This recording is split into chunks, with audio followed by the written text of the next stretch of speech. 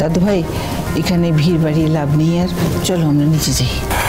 আমি আপনারা ডাক্তার এনে ডেকে আমার এত যত্নার্থী করলেন, আমি সত্যি মন থেকে আপনাকে ধন্যবাদ জানাচ্ছি।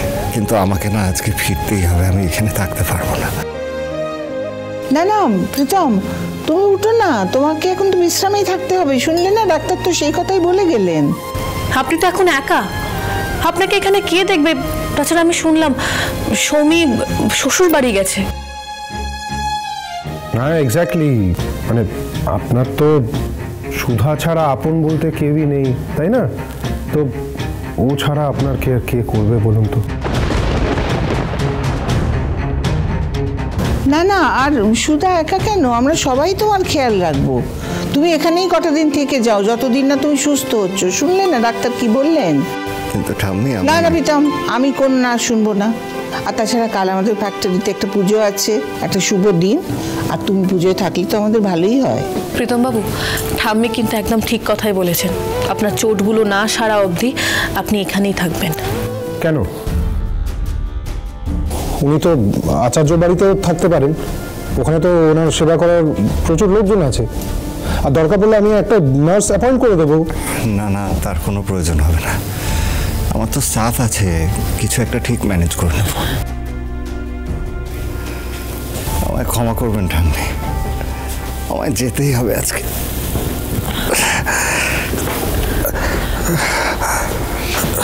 প্রীতম বাবু, প্রীতম বাবু, আপনি ঠিক আছেন তো?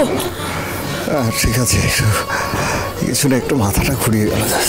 সে তো হবেই, এরকম দুর্বল শরীরকে ব্যতিব্যস্ত করলে মাথা তো ঘুরবেই। তাই সুস্থ না হওয়া পর্যন্ত আপনি এখানেই থাকবেন, এটা আমার শেষ কথা। বড় মুশকিলে ফেললেন রুক্মিণী, আপনি জানেন আপনার কথার উপরে আমার কথা বলার কোনো সাহস নেই। বিএফএফ তুমি এখানে থাকবে, দেখবে আমরা সবাই খুব মজা করব। বাবা, তুমি, আমি, মামাম সবাই একসাথে খুব মজা করব। আচ্ছা বলছি যে আজকের দিনটা তাহলে প্রীতম এই ঘরেই থাক। সুধা তোমরা গেস্ট রুমে থাকো, এখানে থাকলে সকলের চোখের সামনে থাকবে তো। ঠাম্মি, এই তো হলুদ দেওয়া দুধ নিয়ে এসেছি। এ বাবা, দুধ কেন? নিন, খেয়ে নিন, উঠুন, এটা আপনার জন্য খুব উপকারী। আপনি তো এখন দুর্বল আছেন, তাই এটা আপনাকে খেতেই হবে। উঠুন। হ্যাঁ হ্যাঁ উঠুন তো, দিন আমি খাইয়ে দিচ্ছি। দিন, উঠুন উঠুন উঠুন। আমি খাওয়ালে আপনার আপত্তি নেই তো? কেন আপত্তি থাকবে? হ্যাঁ, হওয়ার কথাও না। তরি, তুই এসো তো। তরি শোনা, চলো আমরা নিচে গিয়ে খেলা করি। হ্যাঁ এসো। ঠাম্মি চল চল। আমার স্ত্রীকে বাঁচিয়েছেন, আমি আপনার সেবা করবো না তা হয়? খেয়ে নিন, আস্তে আস্তে করে, আস্তে।